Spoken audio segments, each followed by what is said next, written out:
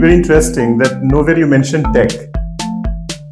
A lot of tech leaders and even business leaders will have to be worried about this situation. What are the fundamental building blocks? The first important thing that I would call out is relooking at your business processes. So I think that is where the commitment will come in. AI to work well, then it needs good data, lots of data.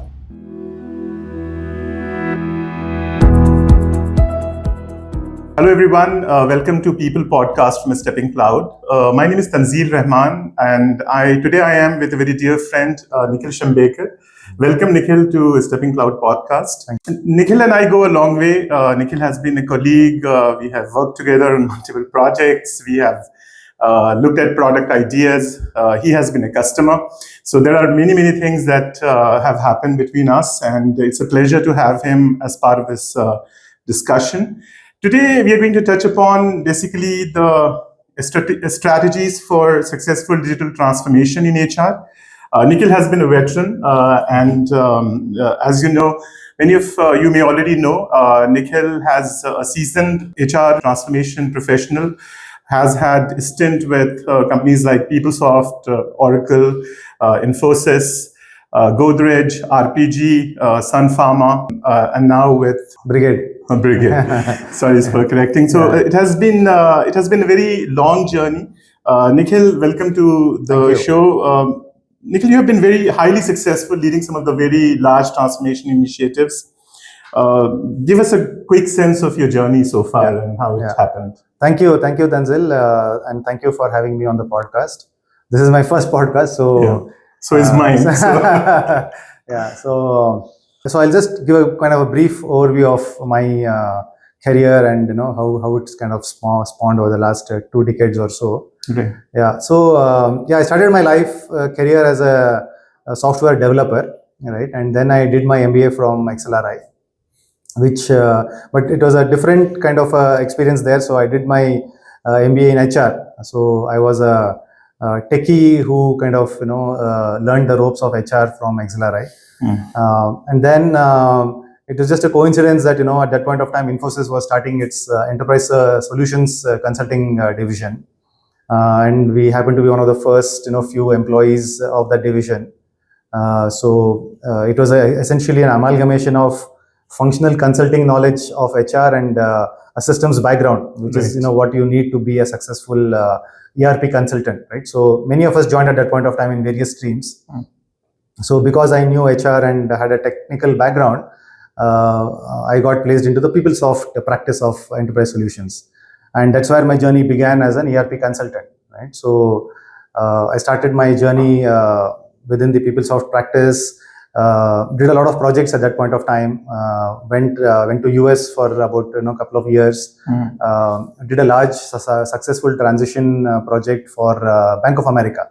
Right. Which was one of my first initiative, one of the first learnings in terms of how do you manage a large transformation project from a technology perspective. So that was one of the first introductions to that. After that, Tanzil, you remember I joined Oracle, and that's when we met, and I think one of the most successful projects that I would have done at that point of time, one of the largest projects which PeopleSoft would have done at that point of time for ICICI Bank. Correct. One of the largest implementations we did, almost 25,000 employees, I remember. So a successful large transformation project for them. A very complex engagement. So an all India kind of implementation that we did. Right. Almost more than 1.5 years. And I remember the second phase was also a global implementation that we did, including the global payroll module that we implemented. Right. So that was a very challenging project at that point of time. We learned a lot.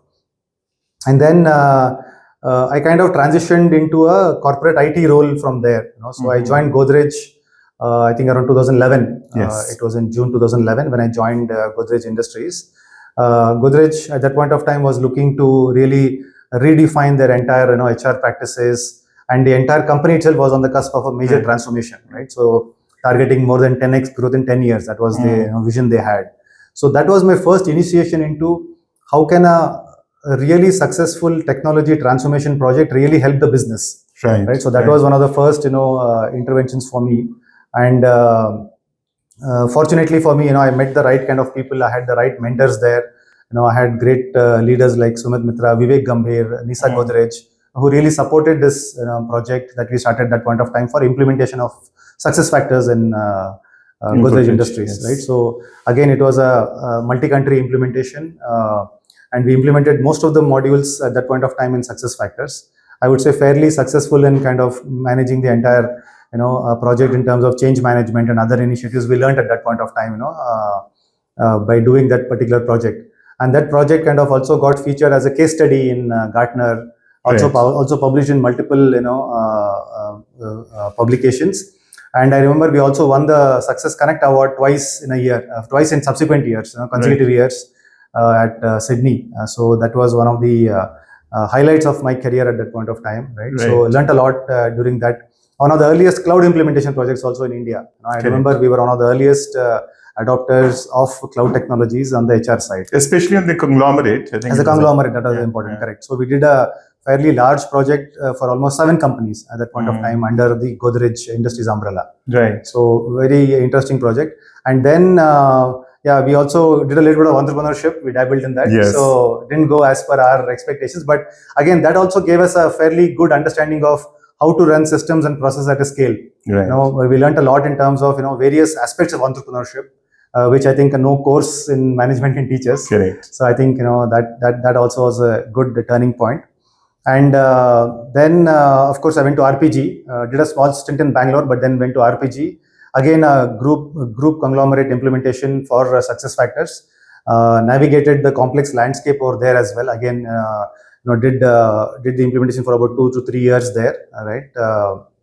And then, so at that point of time, I also kind of thought that I kind of had a lot of inclination towards technology and not only HR technology, but also technology in general. Wider ambit, I should say. Correct. Right. So that is when, I kind of thought, I should look at a career more from a corporate IT perspective. Right. And fortunately, I got a good chance in Sun Pharma, where I did a lot of technology transformation apart from HR technology, of course. Right. There also we did success factors implementation, again a huge global implementation, almost 40,000 employees, fairly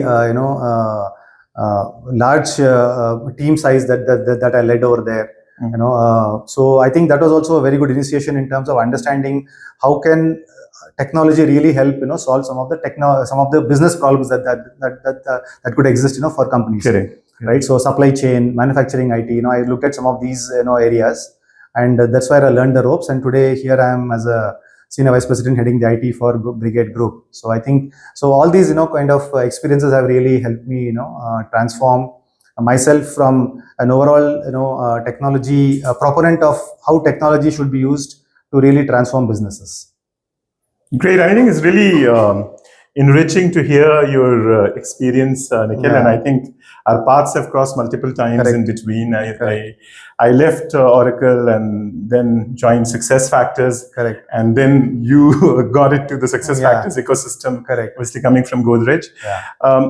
See, looking at all these organizations, and many of them are from different verticals, right? For example, RPG and Godrej or Sun Pharma. Correct. Many have very different DNAs as well. The different, I would say, starting points they have started their journey.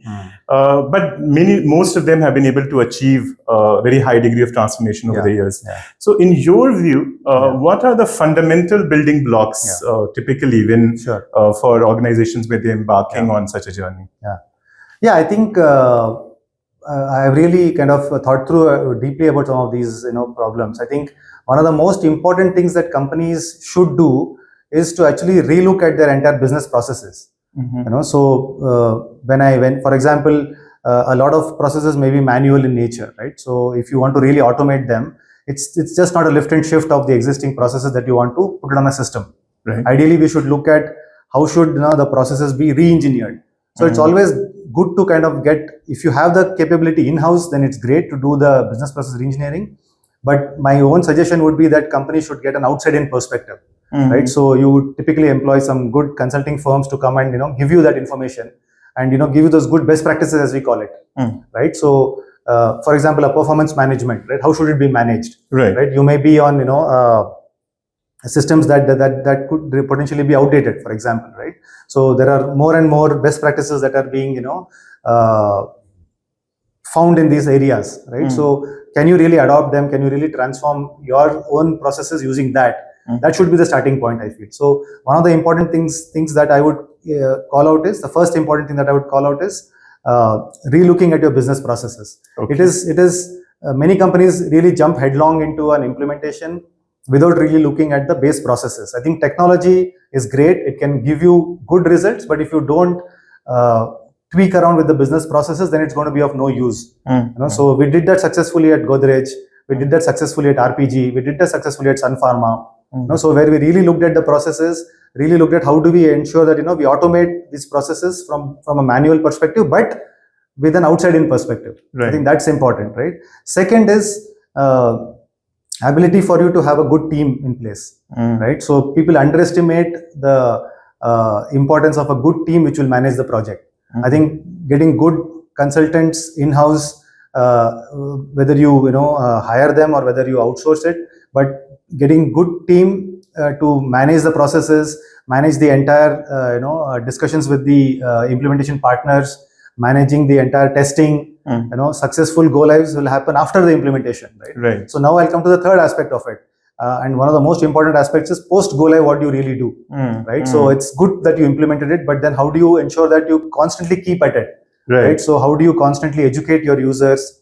How do you manage the change within the entire ecosystem that you have?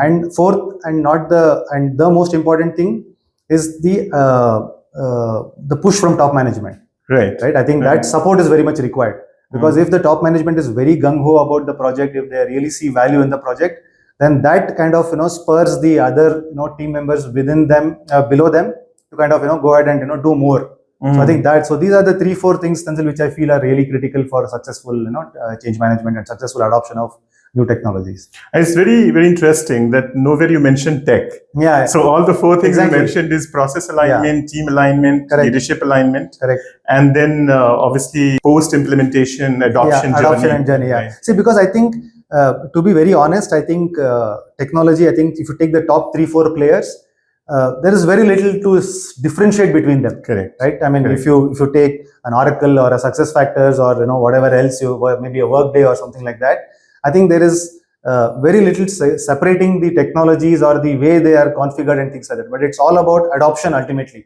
Right. So you could get the most jazziest of technologies, but it can be a failure if you don't really do these nitty-gritties or the nuts and bolts, as we call it.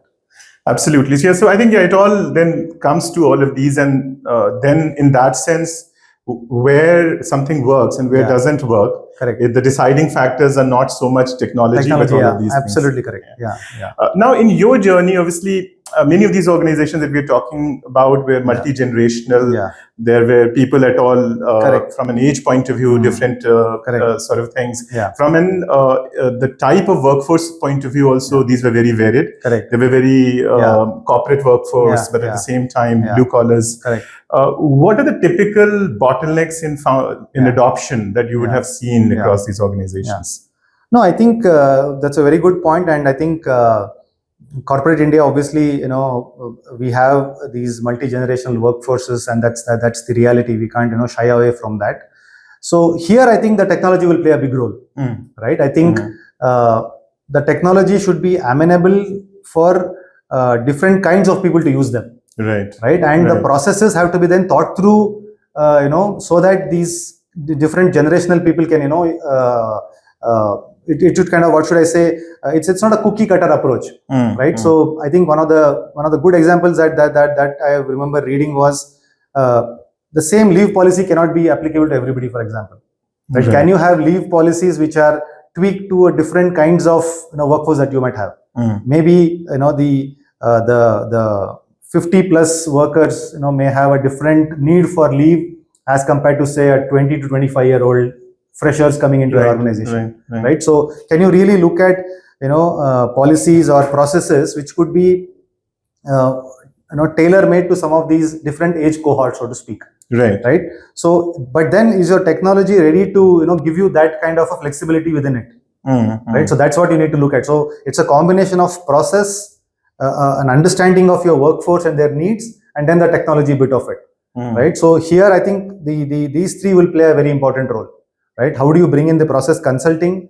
How do you get the right technology to help you navigate these complex, varieties of processes and policies that may be required, and yet give you the same level of adoption or the user interface being agile, so that these different kinds of workforces may really use it. So, for example, I remember can you now do, let's say, an SMS based payslip, for example? Right. Many workers at plants or something may really not have, let's say, feature.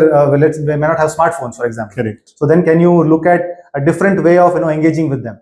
Right. So things like that is what So basically, you're saying a differential approach depending on the type of workforce generation. Correct. And like I said, I think this is where most of the organizations fail, is the post go live approach that they adopt. So they always feel that go live is done and you cut a cake, you cut a cake and it's all hunky dory. But I think the real challenge starts then, right? So how do you constantly engage with your stakeholders, with different levels of stakeholders? What kind of feedback are you getting from them, and are you incorporating that feedback? That feed forward loop has to be there within the entire technology change management office that you'll have. Right. So can you use that and then tweak your, it's okay. I mean, you kind of delivered a first cut version of the product, but then 1.1, the 1.2 that you deliver, can it really cater to the needs of the workforce? I think that's probably what is important. Yeah. No, I think that again, from my experience, some of the large transformations, unless you are responsive in terms of what is working, what is not working, post go live, exactly, and then change track to meet the right thing, you will never taste success. Absolutely. That's another critical element. Other thing, Nikhil, how did you navigate this whole communication challenge? Because see, many times, obviously, you mentioned one of the key things is the sponsorship of the senior leadership. But you also find a lot of the senior leadership being system averse, right? So how do you kind of ensure that the leadership adopts the system first, and then obviously communicates in a way, then it gets adopted at the lower level? So I think that is where the commitment to the project will come in. I think the most important thing for a large transformation project is the commitment of the top management. So I'll give a classic example. When we did the implementation at Godrej, Nisa Godrej was very clear that none of the resumes will come in paper to her, because that's what used to happen. So you have a system, but then you're kind of avoiding the system and doing things what you were doing the earlier way. So earlier way was I'll do it in an Excel, and I'll send the resume in an email, or maybe I'll just print it out and give it to that particular person, and then they'll give you the interview feedback on paper or whatever. But that pushback has to then come from the top management, saying that no, I will do this only on the system that you develop. Right. So that I think is the most important thing. So without that commitment, I think going ahead with a large technology transformation project is definitely doomed to fail. So all your business HODs, all your line of business heads, your up to the management, up to the management layer, everybody has to be in alignment that I am going to use the new system come what may. And if there are flaws within the system, then we'll iron it out. Right. How good is the user interface? Is it helping me achieve my business results and things like that? That will be worked out as we go along. But if you don't start with that premise, then what will happen is you would build a great system, you would get a great technology, but you know what? The recruiters are still okay with doing an Excel sheet and doing emails. So then that whatever you spent effort and time and cost is gone down the window, right? So that's what it is. So I think that important thing is communication from the top management that this is what we will do and this is what will help us in the business, because ultimately whatever you do is all going to get digitized or stored in a database at some point of time, right? So then you would use the data to then make better decisions or whatever. But if you do things outside, then it's not going to happen for you, because today I think in the age of so-called AI, everybody uses the word AI everywhere, right? So, but for AI to work well, then it needs good data and lots of data. Correct. Right? So the lots of data is going to come only when you are going to use the system more and more. Systems are used. Correct. So the more and more you use systems, the more data is going to get stored in that, which is then going to help you make more decisions as you go along. Correct. I think because now you touched upon this whole shifting technology, right? And how things are emerging. If I look back, the foundations of HR tech, whether it is job role or position or competencies and profiles, by and large, they have remained steady, Remained right? steady, Over the correct. last 20, 25 Correct. years, they have Correct. remained steady. Correct. But obviously now the presentation technologies are changing, prediction technologies Correct. are changing. Correct. And obviously now the nature of workforce is also changing, Absolutely like at the correct. same time. Yeah. So what we were 10 years back, now who we are now, and obviously the new generation of workforce, who they are very different. Correct. Now, how do you see this whole interplay of changing technology in terms of presentation, prediction, etc., and obviously the changing nature of workforce itself? So, how does this whole future of work present to you, and how do you see the role of this new tech in this context? I think it's a very good question, and I think increasingly a lot of tech leaders and even business leaders will have to be worried about this situation, because when I say worried in a good way, because there is so much of technology to choose from now, right? There is earlier, there were those what I would call as the behemoths, right? Whether it's SAP or Oracle. Now there are many other players in the market, right, who are giving you what we call as point solutions to solve some of your immediate business challenges. So, as you rightly said, I think we have evolved from an ERP era, right, where you had systems which are tightly bound to each other, to a more decentralized era, as I call it now. So from the 1970s to the, let's say, the 1990s or the 2000s to the internet era, as I used to call it in 2000s, and to the 2020s where we are now, right, where the technology has become more decentralized, right? So you have more plug and play solutions to a lot of your business challenges that those are in your organization, right? So it is a genuine. And now you also now built up the whole AI layer on top of this, right? So and AI, as we know, is changing every few weeks or every few months, so to speak, right? So this presents a plethora of challenges to the business leaders and to the technology leaders also, right? Because how do you use something which is changing so dramatically, right? So I think the most important thing is, I think the foundational layer has to be very strong, as you call it, the core layer, right? So in an HR parlance, like you rightly said, the jobs, the roles, the positions, the skills, those are not going to go out of fashion, right? What is going to go out of fashion is how are you going to use this data to make multiple decisions about the workforce, right? So so a lot of new architectures that have come up are now based on this, the knowledge graph, kind of an architecture, right? Where it's no longer the RDBMS, so to speak. Now it's more about graph. Right. How do you model, those typical, the C++ structures that we used to talk about, right? So where there's an object and then there is an inheritance of the various objects that are there, right? So how do you model that? So, for example, we typically have the situation where there's a worker today, who's sitting in Bangalore, but then he's traveling abroad, right? So how do you manage this situation? How do you manage his payroll? How do you manage his, relocation allowances? And there's so many nuances of this entire, this kind of a position worker relationship, as we call it. So can you make an architecture nimble enough for the end user to adopt, right? Without him involving a lot of coders or developers or whatever, right? So how do you ensure this structure? So I think we have now come to a stage where we take these things for granted now. I don't think people are really worried about effective dating technologies or whatever. So that we are past that prime, right? Earlier, people used to worry about effective dates and effective sequences, and we used to write those query joins and all that. So that's all gone now, right? So it's all abstraction layer hides all these complexities that are there, right? So now you have more visually appealing, like you rightly said. The representation is much more better. So that a citizen developer can really use this technology, right? I would like to use the word citizen developer, because you no longer need a lot of coders and developers to do this, which is good for the organization. Or maybe AI bots. Exactly. Yeah, absolutely correct. Yeah, which is good for the organization, but at the same time, I think it presents a plethora of problems, because technology is changing so rapidly that what you used 3 years back probably is becoming redundant as you go along, right? And with that, what has also happened is, with the entire liberalization of the economy and us being in a more forward-looking kind of a entrepreneurial kind of a setup, people are also demanding jobs to be like that now, right? So there is an increased awareness of gig working. People coming in for a short period of time into your workforce and coming out, right? So are your systems tailored to meet these needs, right? So there is an increased outcome based working, for example, right? So now you've got fractional CHROs, right? So CHROs who come for some small length of time and then go out, Right. or people who come in for a specific project. Correct. Right, I'm doing a technology transformation project. Can you come work for 1 year, deliver the results, and then go out? Correct. And then this process continues, right?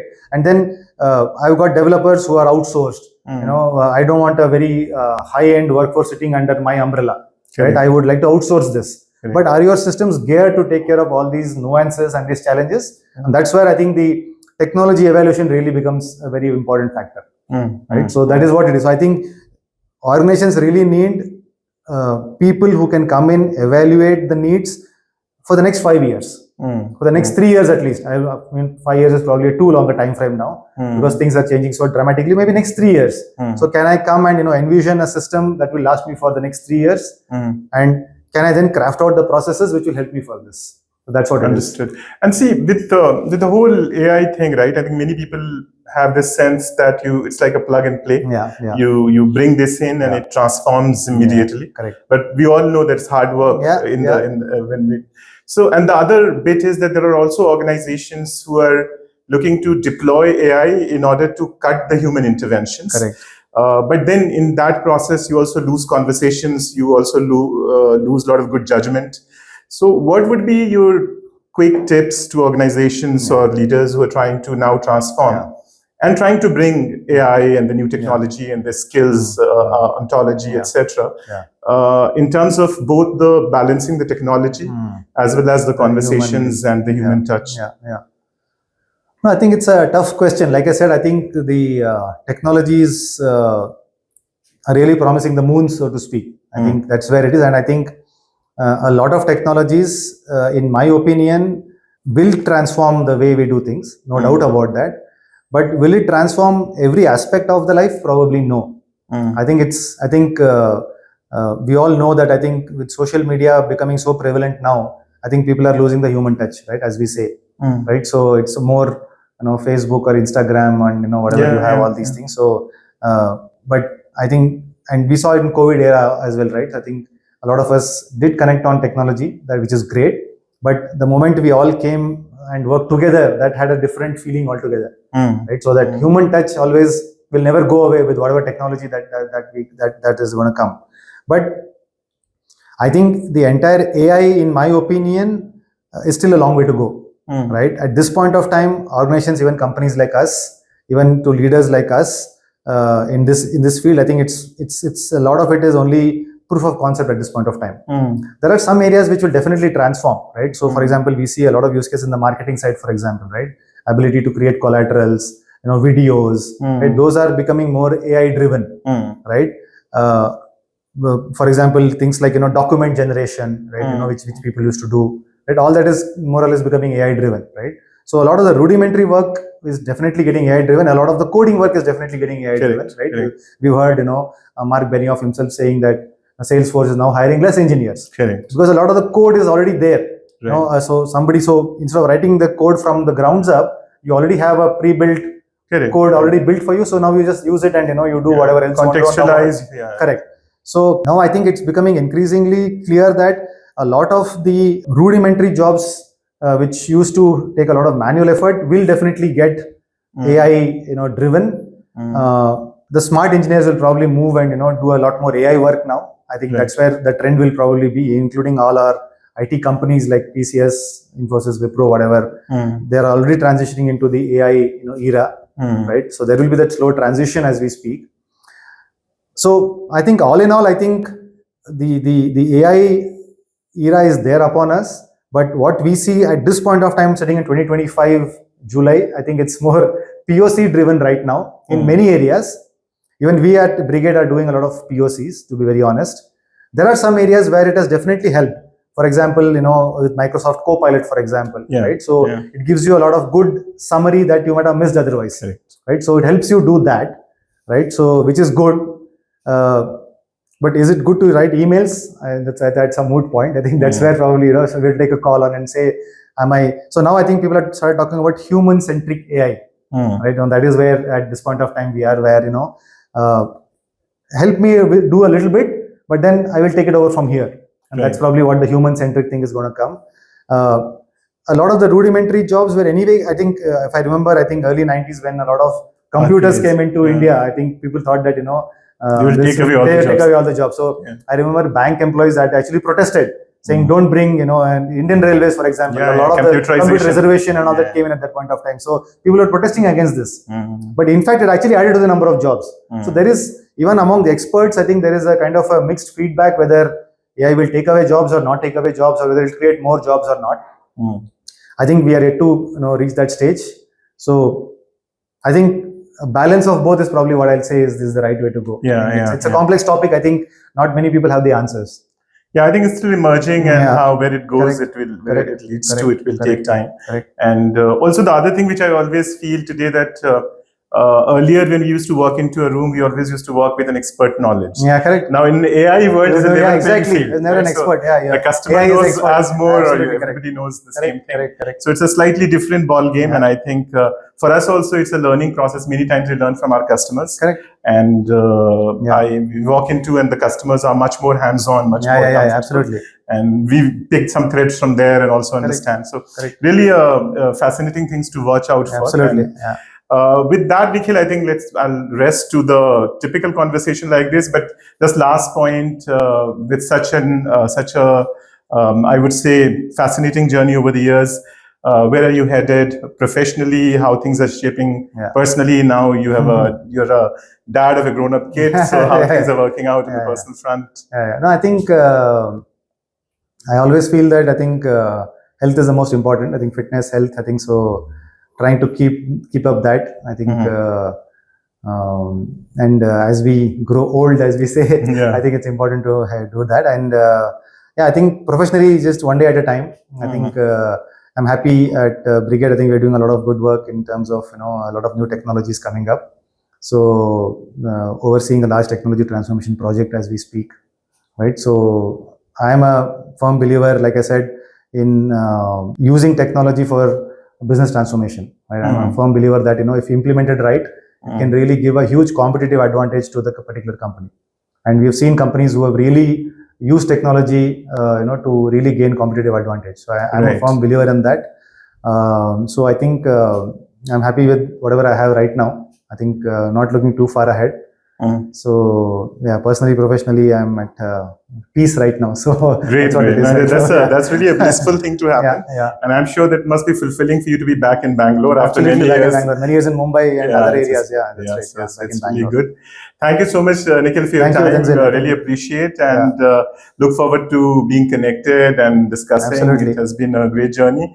And thank you everyone for your patient listening to our first podcast in the People Podcast series of The Stepping Cloud. We'll keep bringing more such stories as we go further. Thank you.